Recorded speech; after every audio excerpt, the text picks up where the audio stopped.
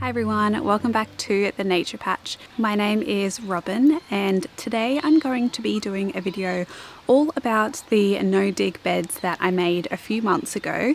I wanted to kind of check in with you all and update you about how they're going, some of the problems that I've had, what I like and what I don't like about them, just to be real with you all and share just a progress on how they're all going. So I have multiple videos about the no-dig method. I really love it because it is such an affordable option for people to create a garden if you're starting with either poor soil or grass, or you're a beginner gardener. There's so many different ways to do the no-dig method, and you can watch all of those videos if you would like to see the process on how I've created all of these garden beds behind me. But today I wanted to just take you around the garden and share what they look like. I get this question a lot, and that is whether the grass is growing through the no-dig beds, and that's because I created all of these garden beds on top of grass. This whole area behind me here all used to be lawn, and I have pretty much just put cardboard down and then built up the layers of soil on top of that to then plant in and create this garden here. This garden is right next to the house, so it's my Zone 1 permaculture patch where I'm planting lots of herbs and greens and things that I use on a day-to-day basis, as well as lots of flowers and things that make me happy because I look at it every day. Alright, so I'm going to head over to this first patch over here. This is the very first one that I created and I'll show you what it's looking like. So I'll put a few overlays on the screen to help with visuals and up-close images of what I'm talking about in this garden bed. But I created this towards the end of January with Scott and my mum. And this area was the first little patch of the 4 garden beds here that I created. And what we did was we just basically put cardboard down and then different layers of, we used grass clippings, seaweed / seagrass, and sugarcane mulch. And then I planted into that, and how I planted into that was I created little holes. I filled that with potting mix and dug down into the below soil and then planted these plants in there. And you can see that I've definitely had success with this garden bed. We have got a nice crop of corn here. We've also been growing some beans that I've been picking for our dinners, and we have a nice few little herbs that are getting established in this area that are doing really well. As for weeds, you can see that there's really not that many in there. I've tried not to touch these beds too much because I wanted to show you the progress of them. There just was a little bit of grass in this area that I did take out just on one of the edges, but I'll show you on the screen now some examples of what that looks like that I took out around the edge. And with no-dig beds, and really any garden bed or anything in nature really, you have this thing called edge effects, where towards the edge of a certain garden bed, or you even see this on like roadsides, on the side of the road, you'll start to see weeds and things like that growing. That's what's happening in this garden bed, and it's basically because towards the edge you have a lot more sunlight and nutrients can pull around the edges of your garden beds as it rains. That's how you kind of see on roads. When the rain comes, the water washes off from the road and towards the sides where you don't have larger trees, you have more sunlight, and therefore you have weeds. Generally something that you're going to expect in garden beds too. So I do have a few of them. They're predominantly around the edge, but the great thing about no-dig is that they're actually really easy to pull out. Some of these have just grown on the surface rather than the actual roots coming up from the base, which the grass that I have has really thick roots, so I was concerned about that. But it seems that some of them are different grass species that may have just blown in and landed on the surface, the seeds.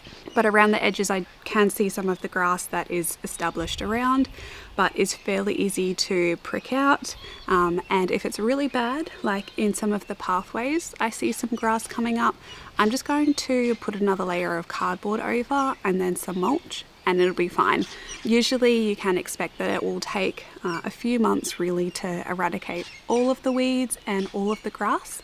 So that's perfectly normal if you are creating no-dig beds. One thing that I did notice, and you would have seen in my previous video when I was planting some snapdragons behind me and those poppies, was it was quite hard to dig below, and when you hit those grass roots, some of them are a little bit compact still, and they're kind of difficult to break through and dig into the bottom of the soil. It's perfectly fine because the grass there is dead, thankfully, but it is going to take a little bit more time to decompose and work itself into the soil. Luckily, we have a really high worm population in this garden bed, so they are doing a lot of the work for me. But another way that you can improve the soil structure of your no-dig beds is by regularly aerating that. So having plants in there is also aerating the soil as you have roots into your no-dig garden beds. That's doing that work as well. But you can also use like a garden fork and just fork the garden bed.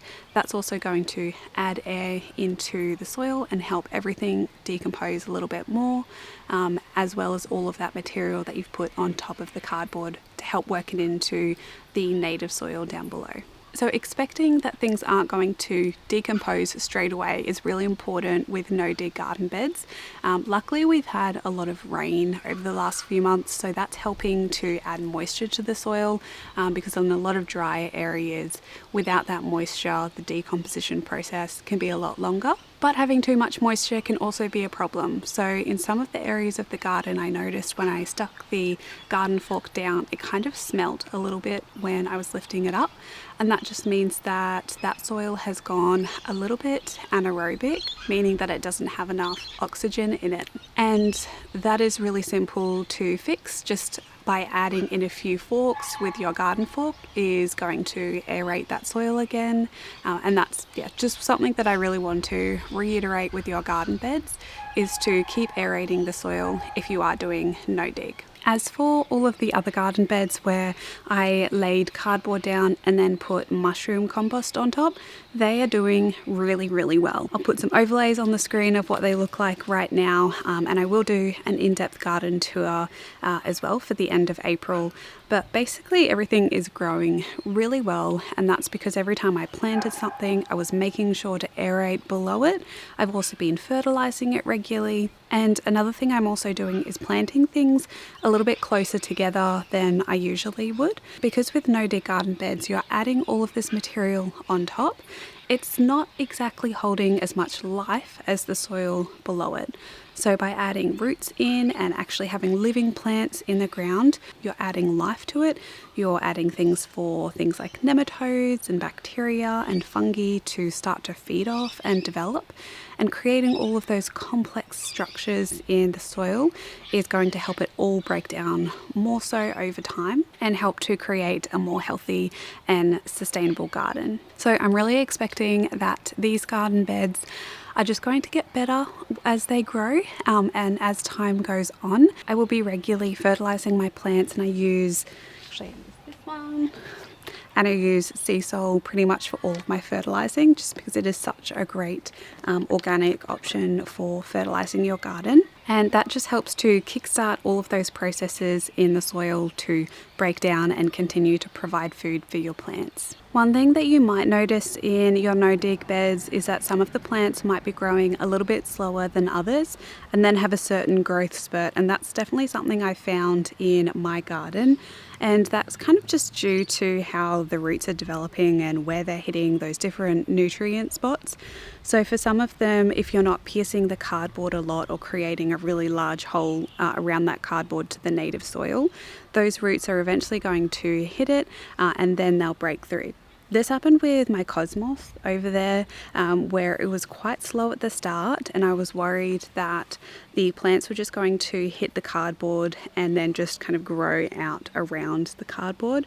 But I can tell that they have gone straight down into the native soil right now, because I dug down a little bit and I can see that the plants are really sturdy. The main stem of the plant is really strong, and I can see that it has eventually established and gotten through the cardboard, worked its way down, and all of that nutrients on the top of the surface with the mushroom compost is slowly washing down into that soil. The cardboard is dissolving and is creating really beautiful soil for the plants. So again, being patient with your no-dig garden beds is really important because it can take a little bit of time for that cardboard to break down, but it is really important because you want to make sure that you have that barrier between the soil and the grass. So I'm looking around the garden and seeing whether I can see any problems or things I might want to discuss in this video. I suppose another one is just the edges of some of the garden beds. The cardboard is still popping out and it looks a little bit, I don't know, not that neat.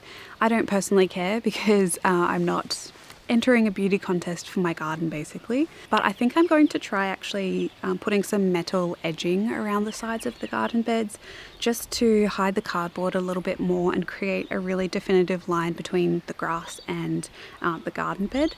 So far I haven't had too much problems with grass creeping its way in from the edge, but it's probably something that will happen over time.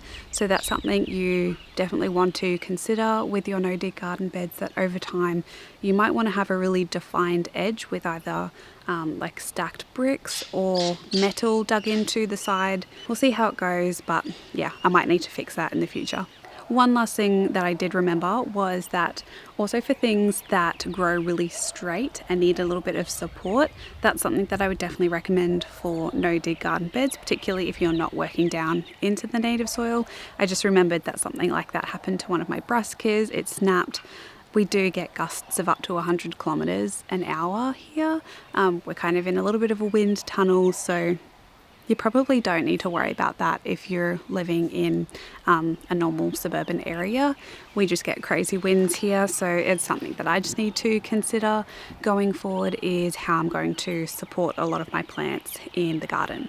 But other than that, I am super happy with how all of the garden beds are growing, and this space has transformed so much just in the last, how many months? 3 months or so. I'm someone who, you know, I need to see change to feel like I'm doing something, and with gardening that doesn't really work out a lot of the time because plants take a long time to grow. And you need to be patient, and I need to be patient. But the garden is definitely taking shape, as are all of the rows that I have in the back garden. It's the exact same story with that, with my market style garden. Everything is growing really well down there. I am having a few issues with the bandicoot digging up the soil though, which is unfortunate. Having nice, beautiful, loamy soil, that's when the bandicoot will also love to dig in that and dig up all of the worms and grubs and eat them. But that's okay, because in the end, they're basically just helping to aerate the soil for me. But other than that, everything else is going well. I definitely always do like to recommend the no-dig method, and I would love to hear your experience with it, whether you've had success or failure. I think we can absolutely learn from both, and I don't really think there's such a thing as failure in the garden, because what works for someone might not work for another person. It all depends on our little microclimates and soil that we have in our gardens. So thank you for watching this little recap video of my no-dig garden beds. I hope you enjoyed, and I look forward to making many more videos of planting out all of these no-dig garden beds, and I'm excited to see what it looks like in another 3 months. Thanks for watching. I hope you're all having a lovely day wherever you are in the world, and until my next one, happy gardening everyone. Bye.